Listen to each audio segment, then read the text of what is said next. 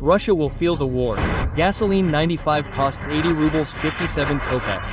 Putin's economy is collapsing before our eyes. An active blow is being dealt to our oil refineries. Russia is no longer able to live in a bubble of wet fantasies. Look what happened in Samara. Oil refineries. Why? Because this is the right war for the Hoals. Russians paid for the war with their future. Now they are starting to pay with their present. Residents of the Vladimir region have switched to a forced digital detox. They betrayed those whom they supposedly came to protect. Stealing water from children. This is a canister especially for children. Creature. In general, they did not give us enough, bastard. And they betrayed their own citizens. You need to prepare for how you will walk, because there will be no money for a car. In this issue, we will tell you what specific price the Russian people are paying for the desires of their under-king. And there will be no platitudes about the vassal of China or the slave Kim Jong Un. No, only the harsh truth about how the war will catch up and give a solid kick in the ass to every Russian who watched the news and thought that the war would pass him by. Stay with us, because very interesting times are approaching. It has happened, friends. Russia will finally feel the war in full. Now the consequences of the suitcase dictator's adventure will affect everyone. Dear citizens, the airport highway, the road to the airport, a gas station, gasoline 95, costs 80 rubles 57 kopecks. It seems that the crisis has already subsided, and the tourists have left. Well, who do you think is hiding behind this bunker misunderstanding? Of course, with the tongues of propagandists. At the same time, look, we see what is happening now. An active blow is being dealt to our oil refineries. And, of course, they are covering it up with all their might. It is definitely not Ukraine doing all this. Ukraine cannot carry out such strikes. Is Ukraine doing this? No, of course not. It is the British and the Americans who are knocking it out through Ukraine, providing intelligence data and delivering it. I have only one question. Will we ever start paying attention to this? There is real hysteria in the propaganda studios, because Russia is literally burning. But they can't do anything about it. How many times have I raised the issue of air defense systems on this show? No, I understand that it is probably a brilliant idea to turn off mobile internet, and from this, everything immediately stops flying. I understand that it is a brilliant idea to pull the rug, after which suddenly people cannot fly over the entire vacation zone, they sit in airports. It helps a lot. I just don't understand why. Adults even attack the Russian air defense. Like, it can't shoot down anything. All these boys with machine guns are useless, because it all helps a lot, but the debris, as they say now, of downed drones causes such damage that you don't understand. Is anyone going to be held responsible for this in our country? No, of course, everyone will stubbornly pretend that nothing is happening, and propagandists like Simonyan will calm everyone down and tell everyone that everything is actually fine. You just don't know about it yet. When we sit in our kitchens and say, "Oh, what's wrong? Why haven't we taken Kyiv yet? Why haven't we taken Lviv yet? Why? Why?" I want us to remind ourselves every day that we are not fighting with any Ukraine, that we defeated Ukraine in the first 2 weeks, and, as President Trump says, the war would have lasted another 3 days if it weren't for us, that we are fighting with the entire so-called civilized Western world. We are alone for the first time in our history, without allies, alone. We are fighting and winning. Remind yourself of this every day when you want to whine, because at least because God forbid whining, that despondency is a great sin. Yes, that's right. Remind yourself every day that you are fighting with the entire world. Then remember that Simonyan is a corrupt family of the Kremlin. And it is lying to you all. And finally, understand one simple truth. Vladimir Vladimirovich, we were given a report on the voice installation today. Drone attacks on Russian territory do not stop for a day. Seriously, this has already become commonplace, because there has not been a single day without attacks on targets on Russian territory. There it flies, do you see? There the drone flies. There it is, banging. They are probably shooting at it. We need to get out of here altogether. The whole of Samara is in smoke at work. Everything is black. Let's go. Otherwise they will close Samara down completely. We will not be able to get in at all. Against the backdrop of such attacks, I would like to remind the Russians that they were the ones telling fairy tales about how they do not need an air ceasefire.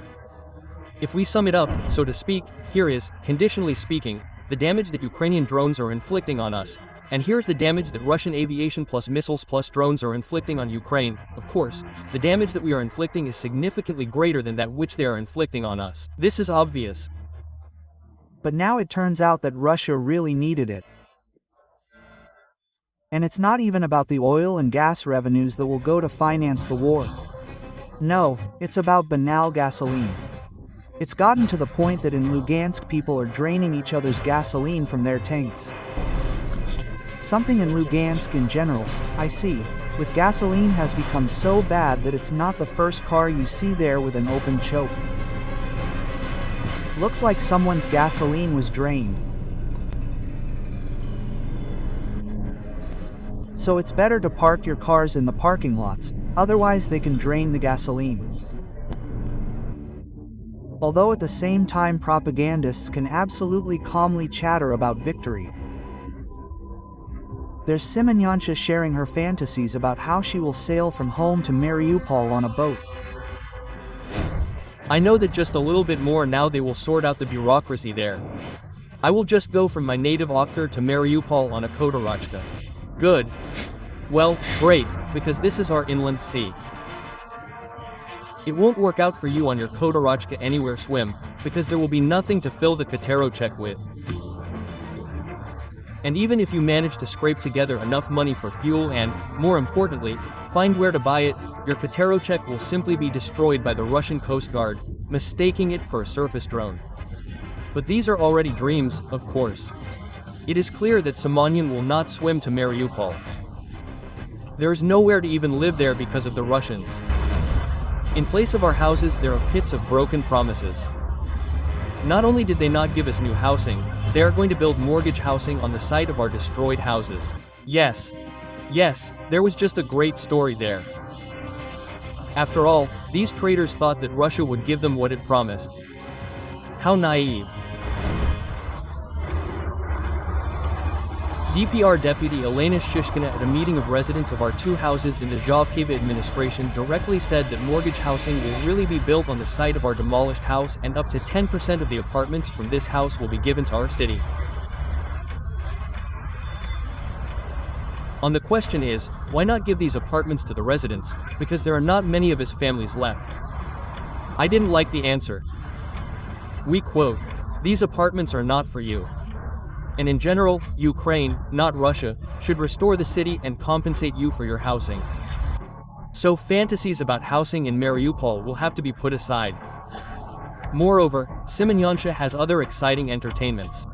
Well, in the eyes of normal people, patriots of their countries, this is cool and awesome, and it's nice to look at it when there are a lot of tanks. You know, I go to the parade every year, and when some poplar comes out onto Red Square, my heart beats like this. I don't know from what, from excitement, from patriotism. Rather, the 100 rubles in my pocket went away, but now is not about that. The point is that all these loud parades could have already been the last, because Russia is not able to protect itself from drone attacks. That's why PNPZ constantly flies in. Look, at the beginning of the war there were cries from Putin that everything factories and all the oligarchs must buy air defense at their own expense and protect the factories. We have discovered that now not only are all these civilian, private factories not closed, but state-owned ones are not closed. Military and defense factories are not covered by air defense systems. They are easily hit by drones. Even if the attacks stop right now, which we frankly do not believe, it may take years and a lot of money to restore the capacity of the refineries, so the price of gasoline for Russians will only continue to rise. So now look, the dream of a Russian oilman is already coming true. It's very funny. I once heard from Russian oilmen in the 90s that they believed that the price of a liter of gasoline should be like in Europe. So you need to prepare for how you will walk, because there will be no money for a car. In this sense, parades for Russians may be the last, because the Russians cannot ensure their safety. And fuel for tanks is much more needed at the front. Hamsters in front of screens can be entertained in much easier ways. Residents of the Vladimir region switched to a forced digital detox. Instead of relaxing with a smartphone, they began to walk more and communicate with loved ones. Yes, you understood everything correctly. This is a story on one of the Russian channels about how good it is that Ukrainian drones are bombing Russian cities. And how cool it is that the internet is being turned off in the entire region to repel these attacks. Until recently, Vladimir residents did not part with their smartphones. They had entertainment, shopping, and even work on their devices. But temporary internet shutdowns, which are now happening in the Vladimir region and are caused by security requirements, help people move from the digital world to the real one. On the one hand, Vladimir residents are faced with new challenges. It is impossible to see when the bus will arrive. Payment by card and QR code does not work everywhere. But on the other hand, time has been freed up for other important things. For example, time has been freed up for loving Vladimir Putin. And although the Russians say that they are cutting off communications so that drones cannot navigate, in fact, the real reason is much funnier. They just do not want Russians filmed and showed the reality of the SVO started by Putin. Otherwise they might guess that the war is going on. Just look at this and listen to this sound. It's as if I'm in Donetsk, answering for a war. I am. Russian propagandists are setting the population up to believe that they will have to fight for a long time. But don't whine, better go and die for Putin's interests. He's going to live forever. We must mobilize everyone who is ready to volunteer, to join the ranks, to create all the conditions, be they citizens of Russia or foreigners who want to fight, to achieve the objectives of the special operation as quickly as possible. There are even more revelations further on. They want to kill as many Ukrainians as possible, but at the same time they say that they are almost saints there. It's clear with demilitarization. The more we kill them, the faster we will reach those lines that provide, so to speak, a safety cushion for our territories. But that, as for denazification, I just don't like the phrase Nazism. The more we kill them. That is, it grates on the ears of a Russian person. right? We don't want to kill them, that's the point. That's why they are still so tied up with trinkets, you say? That is, bombing Ukrainian cities at night. You don't want to kill anyone.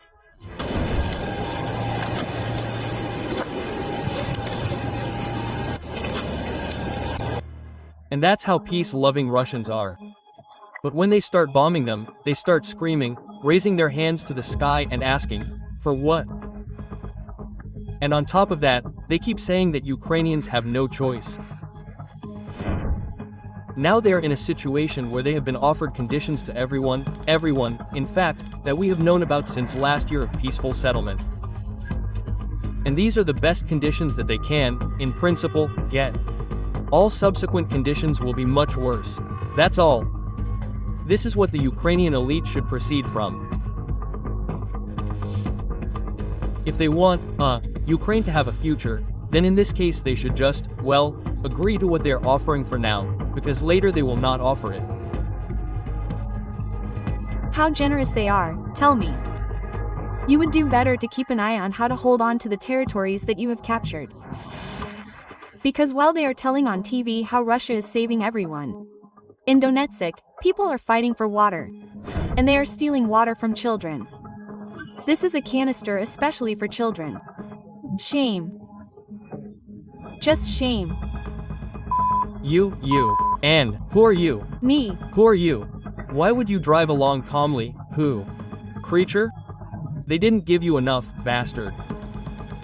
Drag, God is my witness. That's right, God. Oh, look, people are also for Ukraine. Well, I'm not for Ukraine.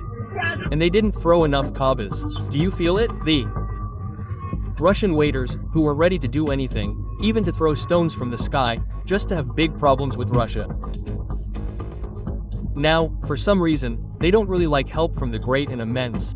Yes, and when will it come? Soon there will be an expensive war over water.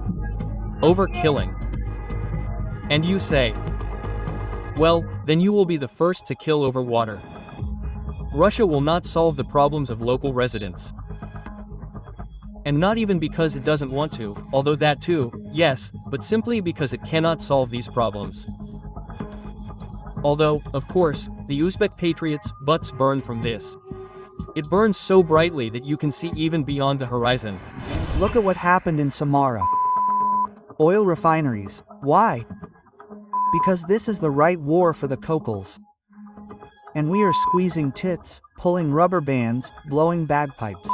He has known for a long time that we are bridges to all PZ, but for some reason I do not understand this is not happening. The Hoals, as soon as there are any negotiations, are even stronger. And already in Lugansk, fill up, God willing, they will give 10 leaders 20, because they are helping them with infrastructure, the enemies who have settled in power among us. So the propagandists are left only to chew snot. And to tell how scary the Americans are. By the way, they are very seriously scared there that American troops can get into Ukraine under the guise of PMCs. The Europeans say, "We are leading the troops, we will come to an agreement with the Americans." By the way, the Americans do not confirm that American PMCs will enter. We American planes will protect us from what? From hazelnuts on European cities? From tactical nuclear weapons, that American planes will be able to protect themselves from our S-400, S-500 and other systems. We said very clearly, we have geopolitical interests. You see, he is so scared that he literally began to threaten the whole of Europe.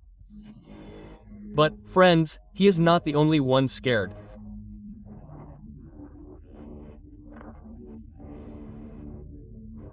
Even using common sense, ask yourself, what if in American private military companies, and this business exists, there are 10-20,000 trained people who can be gathered at any moment and sent on a long mission to such a dangerous place as Ukraine?